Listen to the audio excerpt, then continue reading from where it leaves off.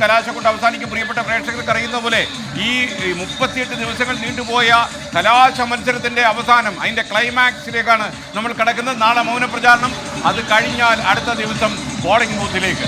പേരൂർക്കടയിൽ വർണ്ണമഴ, പേരൂർക്കടയിൽ വർണ്ണമഴ, പേരൂർക്കടയിൽ ചുവപ്പ് മഴ, പേരൂർക്കടയിൽ ത്രിവർണ്ണമഴ, പേരൂർക്കടയിൽ കാവി മഴ. 3 പാർട്ടികളുടെയും മഴയോട് മഴ, രാഷ്ട്രീയ മഴ.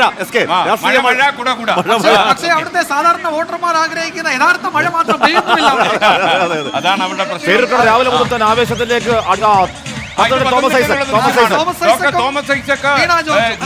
മഴയിൽ കുളിച്ചു കഴിഞ്ഞു അല്ലേ? ചുവപ്പ് മഴയിൽ കുളിച്ച് തോമസ് ഐസക്. ആലപ്പുഴയിൽ മനീഷ് മഹിപാൽ, താങ്കൾക്ക് കേൾക്കാമോ നമ്മൾ പറയുന്നത്? കേട്ടില്ലെങ്കിലും കുഴപ്പമില്ല, കേൾക്കാൻ പറ്റുമെങ്കിൽ പറയൂ അല്ലേ? പറയൂ. എനിക്ക് തോന്നുന്നത് എനിക്ക് കേൾക്കാം. ഞാൻ നിൽക്കുന്നത് മാവേലിക്കര മണ്ഡലത്തിന്റെ ഭാഗമായിട്ടുള്ള ചെങ്ങന്നൂരാണ്.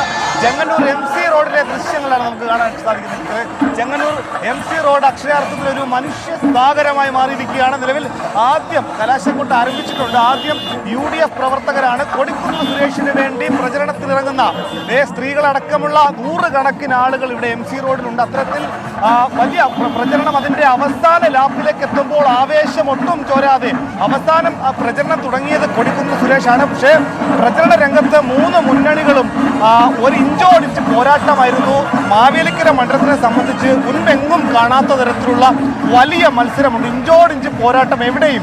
താഴെ തട്ടിലടക്കം ഓരോ പഞ്ചായത്തുകളിൽ പോലും വലിയ തെരഞ്ഞെടുപ്പ് പ്രചരണം രാഷ്ട്രീയമായി നടന്നു. വലിയ രാഷ്ട്രീയ പ്രചരണം നടന്നു എന്നത് ഇത്തവണത്തെ പ്രത്യേകതയാണ്. കഴിഞ്ഞ 15 വർഷക്കാലം ഇവിടുത്തെ MP ആയി നിലനിന്നിരുന്ന കൊടിക്കുന്നിൽ സുരേഷ് അദ്ദേഹത്തിനെ അട്ടിമറിച്ചുകൊണ്ട് CA അരുൺകുമാർ LDFിന്റെ സ്ഥാനാർത്ഥി വിജയിക്കുമോ എന്ന വലിയ സംശയമുണ്ട്. പക്ഷേ അതൊക്കെ തന്നെ ഏത് എതിരാളിയുടെയും തന്ത്രങ്ങളെ മറികടക്കാനുള്ള കഴിവുള്ള ആളാണ് കൊടിക്കുന്നിൽ സുരേഷ്.